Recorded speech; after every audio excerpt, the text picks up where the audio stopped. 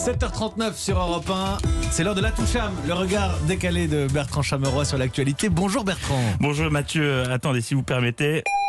Voilà, je viens d'appuyer sur le bouton arrêt demander, je descends de cette époque. Continuez sans moi, ça me dérange pas. Je savais que l'être humain était plein de ressources, mais là franchement, hier je suis tombé sur un papier, j'ai dû relire le titre 14 fois et me frotter les yeux jusqu'à m'en brûler les paupières pour m'assurer que ce qui s'affichait sur l'écran était bien réel.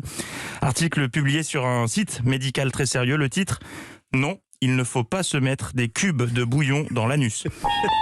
Voilà. Je vous laisse 5 secondes pour intégrer l'info. Ça y est. Alors, avec les sites de désintox, on avait l'habitude des titres qui démarrent par non, virgule. Exemple, non, virgule, Emmanuel Macron n'a pas fait de cérémonie satanique avec Bill Gates dans les salons de l'Élysée, comme l'affirme un compte Twitter. Mais j'avoue que là, le non, il ne faut pas se mettre des bouillons cubes dans l'anus, je l'avais pas vu arriver. Et l'article parle d'une tendance inquiétante. Ouais, une tendance carrément, hein, pas un cas isolé, tendance qui existe depuis plusieurs années. Donc c'est officiel, on est complètement has-been, les enfants. Mathieu, je crois que vous avez une question à me poser. Oui.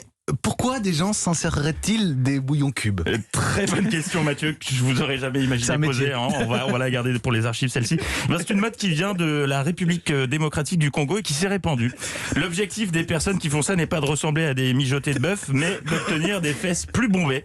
Selon une rumeur non fondée, le sel présent dans les cubes provoquerait une expansion des tissus et offrirait donc des fesses de candidate de télé-réalité.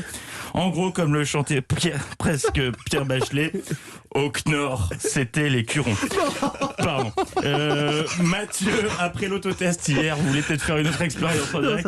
Non, merci. C'est mieux parce par que semaine. Ça vaut mieux car spoiler, c'est dangereux. Ça provoque de l'hypertension, donc ne faites surtout pas ça chez vous, s'il vous plaît. On n'est pas des fétous, enfin. L'époque est suffisamment compliquée comme ça. Est-ce qu'on préserverait pas le peu de dignité qui nous reste, hein ? Une chose est sûre, le slogan magie, magie et vos idées ont du génie ne se vérifie pas toujours, hein, parce que là, on a quand même affaire à une bonne grosse idée à la con. Hein. Bon, la bonne nouvelle dans tout ça, c'est qu'Europe 1 va pouvoir lancer de nouvelles émissions en mixant simplement les programmes.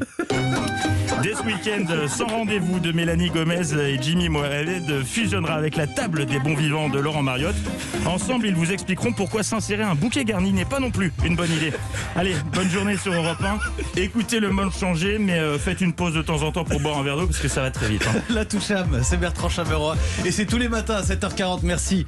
Merci Bertrand. Peut-être petit conseil cuisine comme ça aussi le matin, ça passe. On vous retrouve à 10h tout à l'heure avec Philippe Vandel dans Culture Média.